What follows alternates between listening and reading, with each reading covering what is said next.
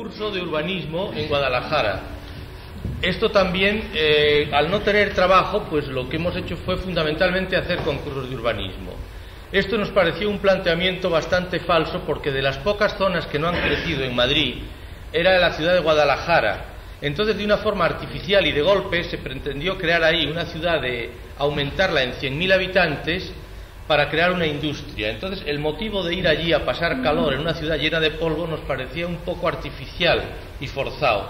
Pero entonces, como pasaba el río Henares por allí, vimos que haciendo una pequeña presa de apenas 5 metros de altura, se creaba un gran lago artificial que refrescaba toda la zona, y entonces planteábamos, aparte de la industria que es esta, que sobre la cumbrera de la presa llegaba a la estación de ferrocarril, hacer una ciudad al lado del lago, y ocupando, en vez de las zonas horizontales que eran estas, que dejábamos para una gran zona verde, un gran parque central con los 2 institutos aquí y aquí, entonces en las zonas inclinadas hacíamos estas viviendas escalonadas, que en este caso eran de obreros, para llegar a la industria, con una zona verde intermedia donde estaban las escuelas, y el resto en esta cumbrera de aquí, y además un poco en mancha de aceite con la antigua ciudad, se instalaban unas grandes manzanas, como han sido siempre las manzanas, calles en que los coches van en este sentido y los peatones en este otro.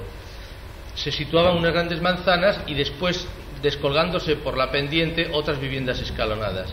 Esto había que entrar en mucho detalle, que es un poco rollo, puesto que vamos a hacer una exposición rápida del máximo número de cosas.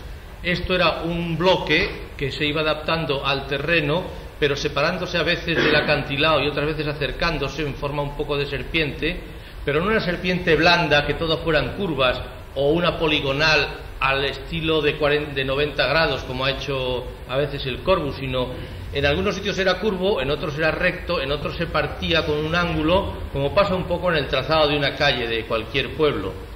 Había 9 plantas, se entraba por la planta quinta a nivel de esta parte de aquí, entonces se bajaban 4 plantas o se subían 4 plantas. Bueno, vamos a pasar esto rápidamente. Esto es lo mismo, el detalle los coches entraban por aquí hasta una placita, y a partir de esa placita ya no pasaban el coche, porque para ir a las zonas de trabajo se bajaba por estas calles de peatones, que aquí eran escalonadas, y en todas ocurría igual. Había zona de coches, zona de peatones, zona de coches, zona de peatones, etcétera, para que el coche no tuviera un gran dominio de la zona urbana. Es decir, el coche venía por esta zona y avanzaba un poco en fondos de saco, para que la ciudad estuviera dueña fundamentalmente de ella, fuera el peatón. Lo mismo el esquema de allí atrás. Estas son las manzanas.